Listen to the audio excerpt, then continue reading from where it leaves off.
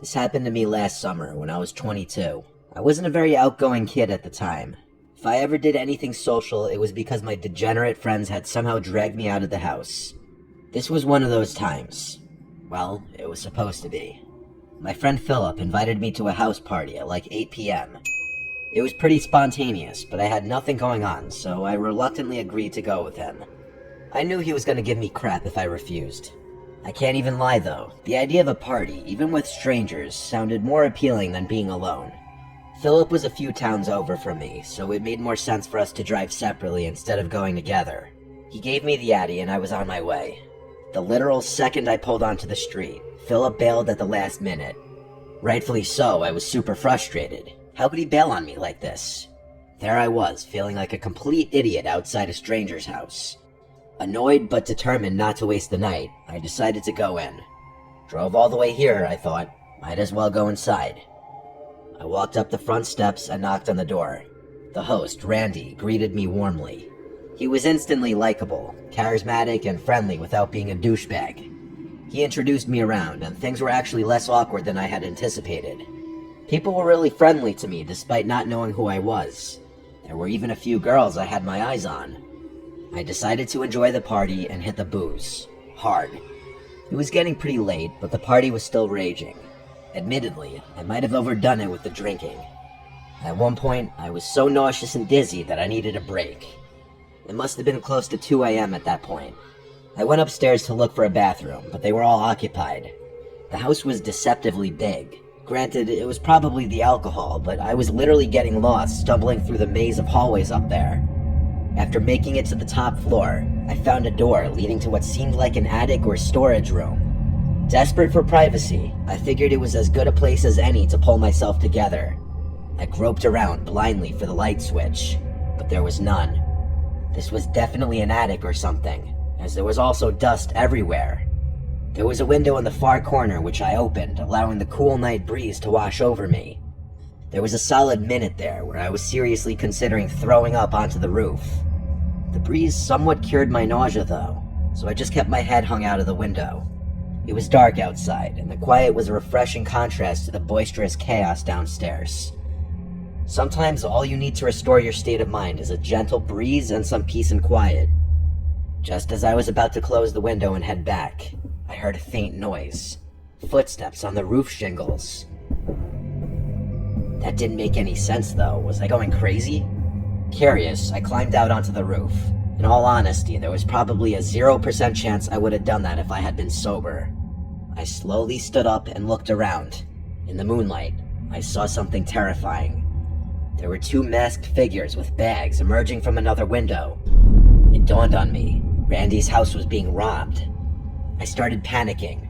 Should I shout? Confront them? Then a more pressing question hit me. What if they were armed? In my clumsy state of disbelief, I slipped and scuffed one of the shingles pretty loudly. One of the burglars heard it and jolted his head in my direction. Our eyes briefly met, and I froze.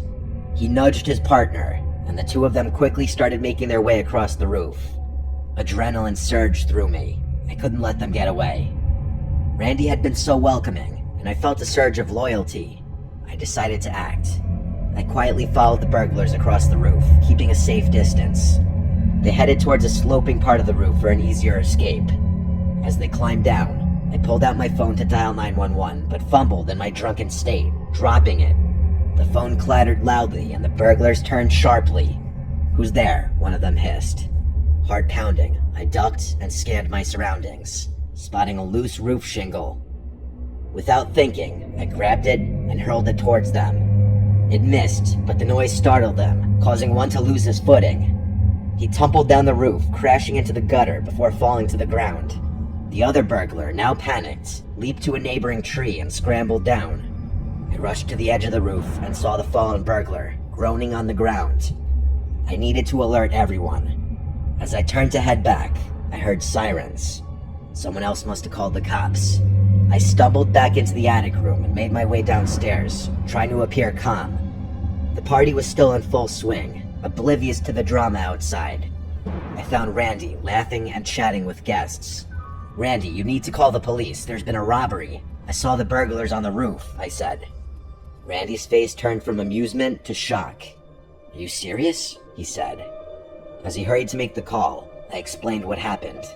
The party mood shifted from celebration to concern. Apparently, one of Randy's neighbors had coincidentally already called the police to file a noise complaint, which was an incredibly ironic turn of good fortune. When they arrived, I recounted my story, leading them to the injured burglar.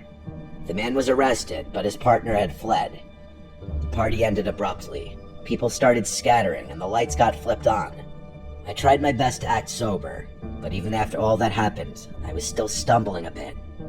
Randy thanked me profusely, still in disbelief. As for me, I was just glad I could help, despite the bizarre and terrifying circumstances. Looking back, I still can't really explain why the burglars would have chosen a house having a party to rob, but maybe they had prior knowledge of the house and knew no one would be upstairs. I figured that would be the end of the story, but fast forward a few months, I've got quite the update. I was playing video games at Philip's house one night when he got a call from Randy, who invited us over for a few beers. Up until that point, I hadn't actually realized the two of them were that close. The first thing I noticed when I pulled up to Randy's house was the front door and every window in sight were completely different. Was I not remembering his house right? I could have sworn the windows and the front door had been white, but they were all gray and much more heavy-duty looking. Randy waved us in, and we went down to his basement. We cracked a few beers and started playing a game of pool. To my surprise, he actually recognized me from the party and thanked me again for my trouble. What he told us was actually crazy, though. Apparently, the burglar the police caught that night refused to snitch on his partner and was currently serving a lengthy prison sentence. The police hadn't been able to get any leads into catching the other guy, though. Randy told us that not even a week after the incident happened, his family started receiving threatening letters from an unknown sender, some of which included pictures of Randy and his family members. Obviously, they reported these occurrences, but the police had no real leads. A month after that, Randy's mom noticed a suspicious vehicle circling the house at like 1 a.m. And a few days later, Randy's dad claimed that things in their backyard had been gone through and moved around. In response, Randy's dad upped their home security a degree, and even went as far as to replace and reinforce all their doors and windows. I was shocked. This was still an ongoing issue for Randy, and I had no idea how serious a situation like this could get. Summer's fast approaching, and I'm sure I'll have another update when I see Randy again.